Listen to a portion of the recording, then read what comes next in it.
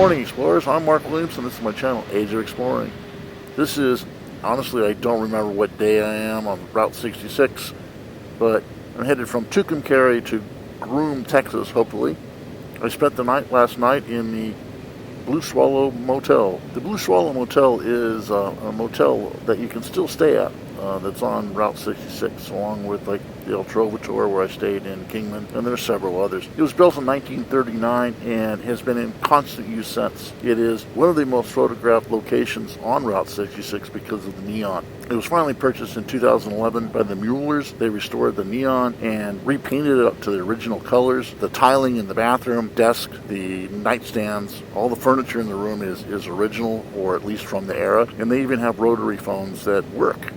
Blue Swallow Motel. And I'm starting at Tucumcari, and starting on the the west end of Tucumcari with that Route 66 monument. Route 66 monument to symbolize the Route 66. You can see it's got the road on the bottom, the wheels, the fin of an old car, and then the 66 in a very stylized thing. It's at the Tucumcari Convention Center. It's actually really well done. I've seen pictures, I didn't realize how good it was.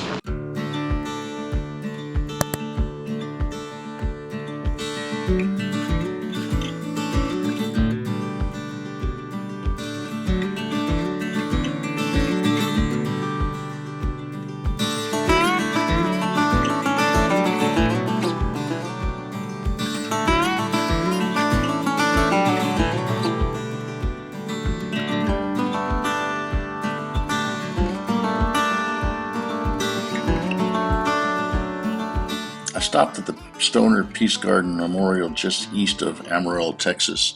The memorial was built in 2015 by Richard Daniel Baker, a local rancher farmer who built it with his friends and asked each of them for an important date that they thought was key to peace and the things that have happened in our world. And that's what the dates are you see in the signs. They had a plasma cutter. He cut the signs out. And he dedicated the front part of the park to peace and the back part of the park to religion. He's a advocate of marijuana use and a believer in peace. Even from the air, the park is arranged on his land in a peace sign. While doing the research for this installation, I found a really good YouTube video on Richard Daniel Baker, an interview with him, and one of the few interviews that I ever found or information about him available. And I'll put a card up in the video and a link to the video in the description below.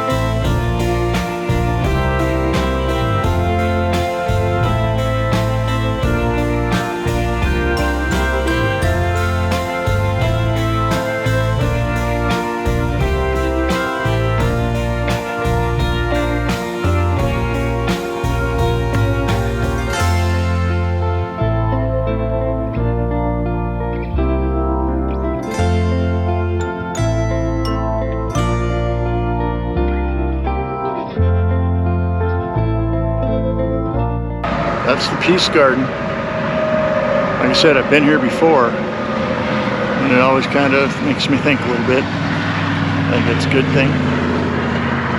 If you're driving by, you should try seeing it.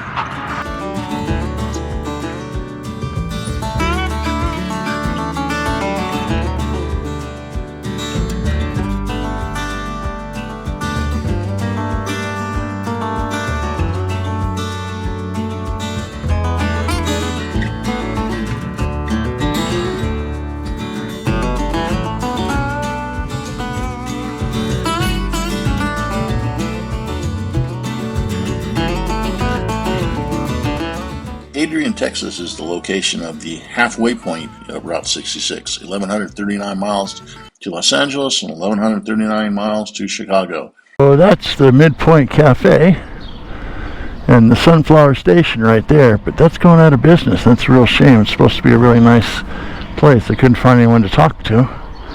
It's open, but there's no one in it. Don't understand that, but no. Adrian, Texas.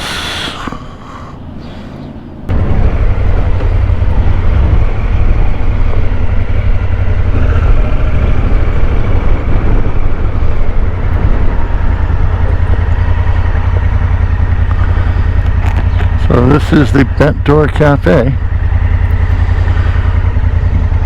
Bent Door Station. Sorry, this is the Bent Door Station. And there's the service bay and the office. Pumps are still here. Islands and pumps. It's called the Bent Door Station because it has a bent door. Apparently this was taken off of I believe a airport control tower, and they had the windows slanted down, so when he took this part of the building, he bent the door and it opens inward, and apparently it opens, but it's called the Bent Door Station. It's right there. Doesn't look like anything's going on in it, but Bent Door Station. Amazes me the ingenuity people had when they started a business. Like, hey, I need this, I'll just bend the door. Alright, Bent Door Station. Okay, up here on the right is the Helium factory. It's part of the oil boom here. They discovered how to make, that they can make helium. This is all a helium factory, which is really valuable in World War II. So that was all a helium factory right there. It's the Helium Monument. Helium. Periodic table number 2 has 2 protons, 2 neutrons. You can see them in the middle. And it should have only 2 electrons going around it, which it does. I'm sure that the shape of the thing means something, but I don't know what that is. But you can see in the middle, maybe you can see in the middle, the molecule of the atom of helium. This was the center of helium production in the United States for a long time. This is Vega, Texas. This should be like a 20s station right here. Oh, look at the buffalo statues. 20s station and cafe. Apparently it just rained here and it is sprinkling right now.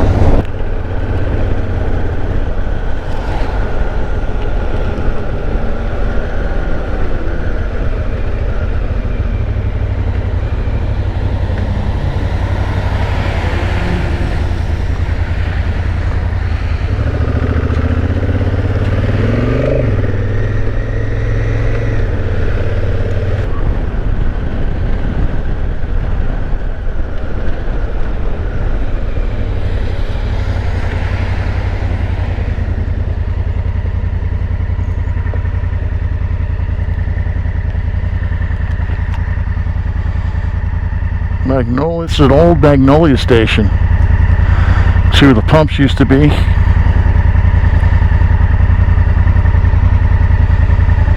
Magnolia Petra Company. And the owner would live upstairs.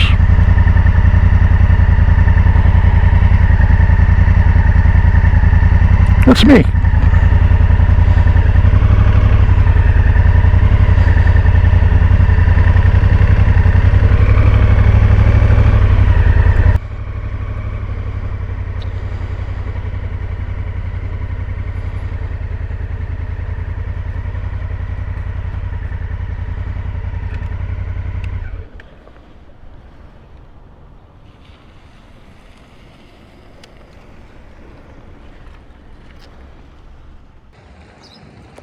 Vega, Texas, the Culture Museum.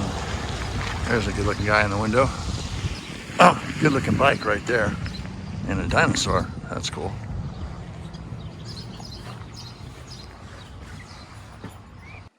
This is the Milburn-Price Culture Museum in Vega, Texas. They do a really good job of documenting the history of the area, and it's all done with volunteer people from the area. The docents and everything are volunteers.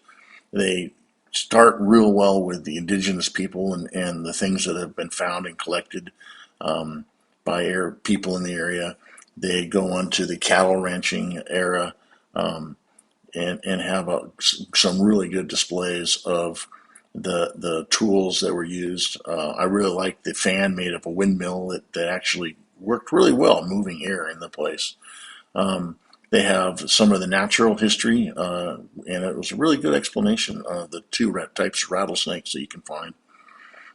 And then finally, I got to make a postcard on a press that is over 100 years old. You mean to do it? I got it. You gotta have a picture of me doing it, man. Yeah. It's, 125 years old. Yeah. Look at that. All done. And I'll just do that, and even if it hits it, it won't ink it. Nice. You just look Well, around. thank you very much. My pleasure. Thank you. So you're going east? I'm going east. Once again, free museum. I donated some money because you should do that. It's a nice thing for them to do, but it has a lot of the history of the local area in it, and it's worth stopping. It can get you off your bike or out of your car or whatever, but strongly recommend visiting local museums. I am here out in the middle of nowhere, only because Cadillac Ranch is right there. Let's go take a look. The Cadillac Ranch was built in 1974 by Chip Lord and Doug Michaels, who were architects, and Hudson Marquez, who was an art student at a local university. The three of them took Cadillacs ranging from the year 1949 to 1963 and buried them nose down into the field. It was relocated to the present location in 1997 to get it farther away from the city because the city was expanding, and it's now on private land, and they don't charge anything to go in. The colors of the car originally were the colors the cars were painted, and they have since been in commercials and used for different filming locations and painted black and white. But now they're open to the public to spray paint with whatever you want to put on it. They even sell spray paint at the trailer at the entranceway, so you can spray paint whatever you want to spray paint them. When I visited, it was fairly muddy, and getting to the cars was difficult, and I'm not going there because I didn't buy any spray paint, and I didn't need to get closer to them. But people were waiting in there and spray painting the cars. I got to admit, it was. I've seen pictures of it, and it was a much. It was a nice installation. It was really nice. So that's the Cadillac Ranch. It's like a Tagger's paradise, and I saw some people do some stupid stuff.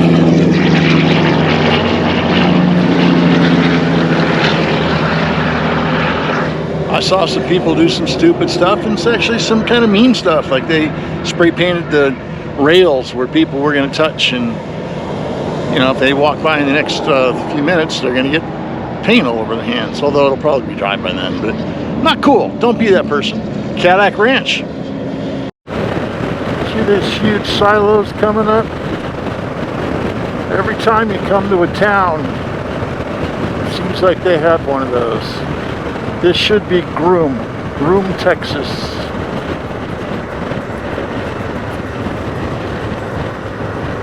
Which they have a nice motel I'm staying in. I hope you enjoyed the video. If you did, like, subscribe, ring that bell. As always, be great, do good, go out and explore.